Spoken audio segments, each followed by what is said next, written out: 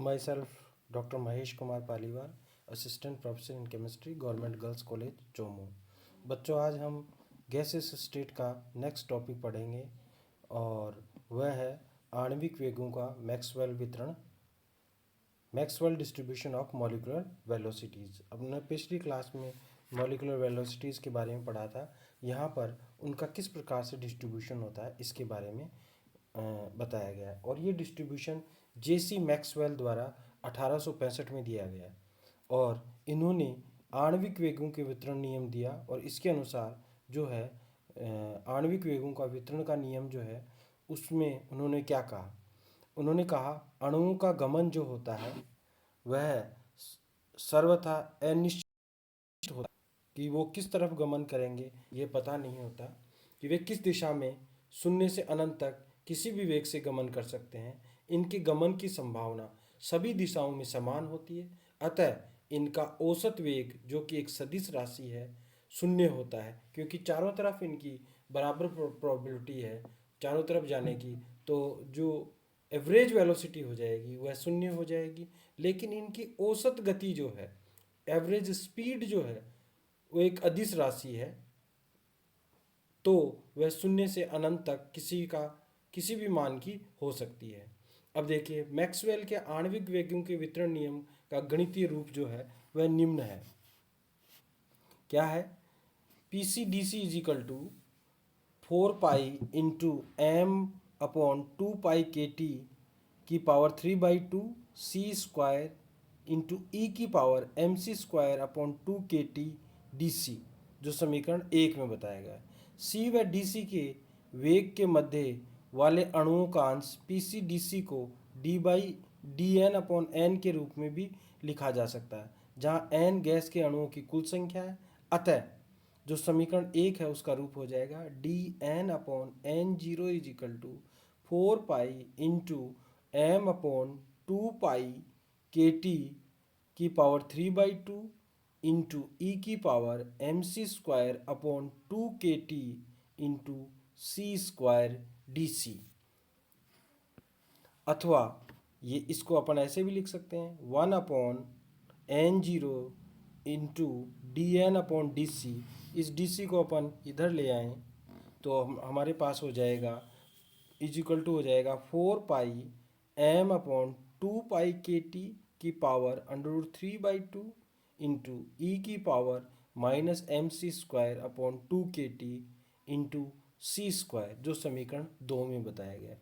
आपको मैं ये बात बता रहा हूँ कि ये समीकरण आप याद कर लें, रट लें इसको। ये बहुत बार पूछा जाता है, इसलिए इसको आप याद कर लेंगे तो बेटर रहेगा।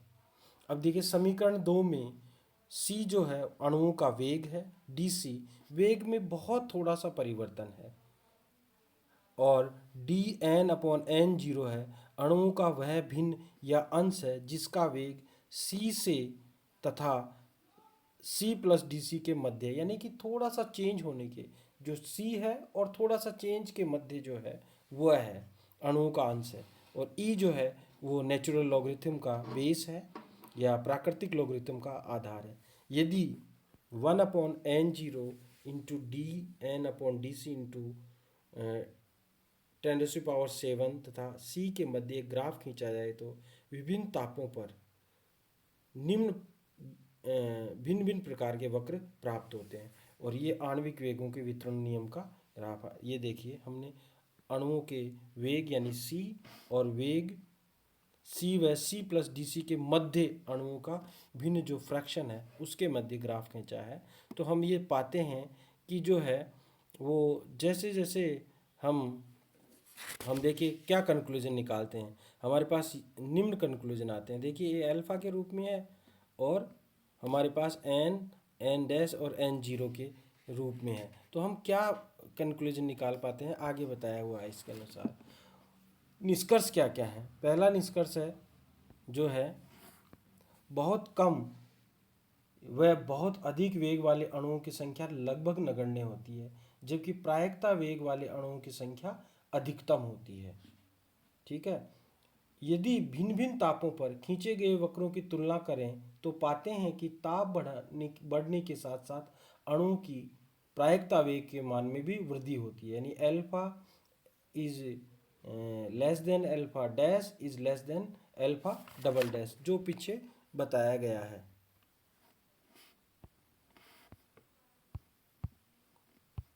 ये जो बताया गया है, अल्फा का मान कम होता है, फिर उससे ज़्यादा अल्फा डैश का होता है और सबसे ज़्यादा अल्फा डबल डैश का होता है। अब तीसरा इन्फरेंस क्या निकलता है, देखिए तीसरा इन्फरेंस निकलता है कि ताप बढ़ाने के साथ साथ, ताप बढ़ने के साथ साथ वक्र की ऊंचाई हाइट कम होती जाती है, अर्थात ताप बढ़ने के साथ प्रायिकता वेग वाले अणुओं की संख्या घटती है और अधिकतम वेग वाले अणुओं की संख्या बढ़ती जाती है। N is greater than N dash और is greater than N double dash. चौथा जो निष्कर्ष निकलता है, ताप बढ़ने के साथ साथ वक्र की चौड़ाई अधिक होती जाती है।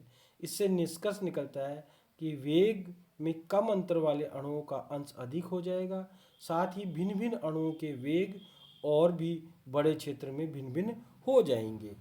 नेक्स्ट जो है इन्फरेंस है, अधिकतम वेग की ओर वक्र का अधिक चौड़ा होना इस बात का संकेत देता है कि प्रायिकता वेग से अधिक वेग रखने वाले अणुओं की संख्या ताप बढ़ने के साथ बढ़ती जाती है, जो मैंने आपको पहले भी बताया है कि ताप बढ़ाते जाते हैं तो जो प्रायिकता वेग रखते हैं उनसे अधिक वेग से गति करने वाले अणुओं की संख्या जो है वो बढ़ती जाती है, यानी मोस्ट प्रोबेबल वेलोसिटी वाले अणुओं की संख्या कम होती जाती है और जो उससे ज़्यादा गति से करने वाले अणुओं की संख्या अधिक ताप पर बढ़ती जाती है। वैसे भी ये एक सामान्य सा नियम है कि ताप बढ़ाने पर वेगों अणुओं के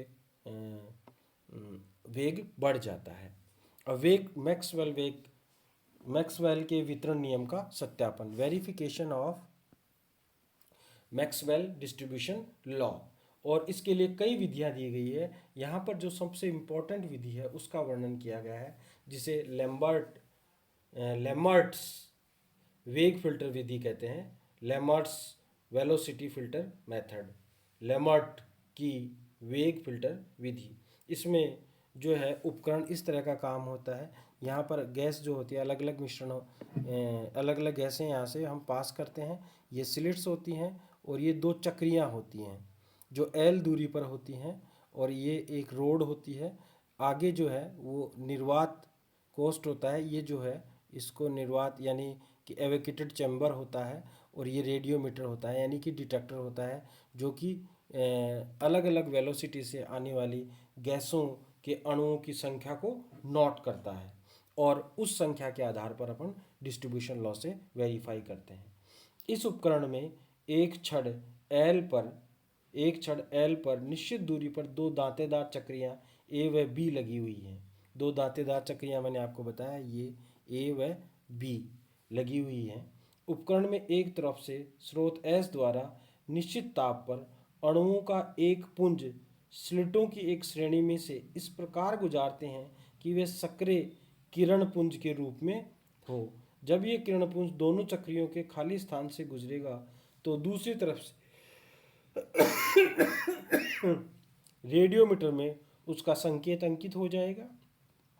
अब यदि इस छड़ की गति बढ़ाई जाए तो एक चक्री से खाली स्थान से गुजरने वाले अणु रेडियोमीटर तक पहुंच सकते हैं, जिसका वेग चक्रियों के वेग का पूर्ण गुणक होगा, क्योंकि उस स्थिति में एक चक्री के खाली स्थान से गुजरकर रेडियोमीटर तक पहुंच सकते हैं। छड़ एल को भिन्न भिन्न वेगों से घुमाकर रेडियोमीटर द्वारा भिन्न भिन्न वेगों वाले अणुओं की संख्या ज्ञात कर सकते हैं।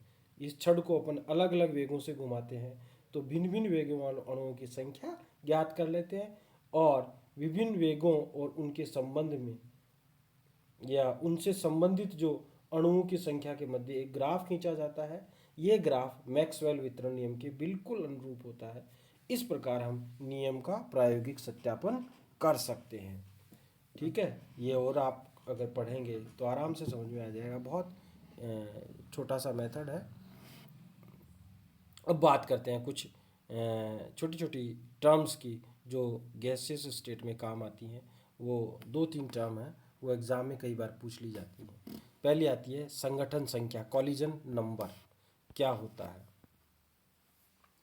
एक अणु इकाई समय में शुद्ध गैस के इकाई आयतन में विद्यमान समस्त अन्य अणुओं से कितनी बार टकराता है, यह संख्या उस गैस की संगठन संख्या कहलाती है। मतलब एक जो अणु है वह इकाई समय में शुद्ध गैस के इकाई आयतन में विद्यमान अन्य अणुओं से कितनी बार टकराता है, यह संख्या उस गैस की संगठन संख्या कहलाती है। माना हमारे पास 100 अणु हैं और 100 में से एक अणु जो है वो 1 सेकंड में, 1 मिनट में या 1 घंटे में कितने अणुओं से टकराता है, वो अणु जो है वो एक ही गैस के होने चाहिए, यही उसकी संगठन संख्या कहलाती है। इसे जेड द्वारा प्रदर्शित करते हैं। इसे निम्न सूत्र द्वारा प्रकलित किया जा सकता है। Z1 द्वारा Z1 बराबर होता है √2 pi sigma square C bar into रो, जहाँ सिग्मा जो है संगठन व्यास है, जो मैं आगे आपको बताऊंगा, अर्थात टक्कर के समय दो अणुओं के केंद्रों के मध्य की दूरी है। सी बार अणुओं का औसत वेग है, पहले ही बता चुका हूँ। रो जो है वह संख्या घनत्व है, अर्थात गैस के इकाई आयतन में विद्यमान अणुओं की संख्या है, डेंसिटी है अणुओं की। इकाई समय में गैस के इकाई आयतन में टकराने वाले समस्त अणुओं की संख्या जो है वो √2 pi sigma square C bar into rho square. चूंकि किसी भी एक टक्कर में दो अणु शामिल होते हैं, अतः इकाई समय में शुद्ध गैस के इकाई आयतन में होने वाली कुल टक्करों की संख्या Z11 को निम्न सूत्र द्वारा ज्ञात किया जा सकता है। क्या हो जाएगी? Z11 is equal to 1/2 into √2 pi sigma square C bar into rho bar. अब देखिए इस 2 को अपन जो है वो √2 के रूप में लिख सकते हैं। ये √2 इस √2 से कट जाएगा, यानी कि नीचे सिर्फ एक ही √2 बचेगा। तो हमारे पास हो जाएगा Z11 is equal to 1/√2 into pi sigma square C bar into rho square. ये जो है वह कॉलिजन नंबर होता है। इस प्रकार से अपन व्यक्त कर सकते हैं। अब आता है मीन फ्री पाथ, माध्य मूल मुक्त पथ। माध्य मुक्त पथ ये कुछ भी नहीं है, ये सिंपल सी बात है कि एक अणु जो है वह दूसरे अणु से टकराने में कितनी दूरी तय करता है, वही उसका मुक्त पथ कहलाता है या उसका फ्री पाथ कहलाता है। और कितने अणुओं से टकरा कर उसका एवरेज ले लेंगे तो हमारे पास माध्य मुक्त पथ आ जाएगा। क्योंकि समस्त अणु गतिशील होते हैं और गति करते हुए वे एक दूसरे से टकराते रहते हैं, दो अणुओं के टक्करों के मध्य अणु जो दूरी तय करता है वह मुक्त पथ कहलाती है। क्योंकि पात्र में गैस के अणु जो होते हैं वो बिखरे रहते हैं, अतः किन्हीं दो अणुओं के मध्य की दूरी तथा अन्य किन्हीं दो अणुओं के मध्य की दूरी भिन्न भिन्न होती है। दो अणु जो है वो उनकी दूरी अलग होगी, बाकी के दो के बीच की दूरी अलग होगी, बाकी और दो के बीच की दूरी अलग होगी, बाकी दो और, मतलब सारे अणुओं के मध्य समान दूरी नहीं होती है, दूरी अलग अलग होती है। तो टक्कर से पूर्व किसी अणु द्वारा तय की गई औसत को माध्य मुक्त पथ कहते हैं। मतलब जैसे मान लो हमारे पास 5 अणु हैं, तो उनको ए बी व सी, A B C D E द्वारा करते हैं। ए बी के बीच में अलग दूरी होगी, बी सी के बीच में दूरी अलग होगी, सी डी के बीच में दूरी अलग होगी, डी ई के बीच में दूरी अलग होगी। तो वो आपस में अगर टकराते हैं तो उनका जो एवरेज लिया जाता है वही मीन फ्री पाथ कहलाता है और इसे एल द्वारा व्यक्त प्रदर्शित किया जाता है, व्यक्त किया जाता है। चित्र में जैसा दिखाया गया है, ये गहरे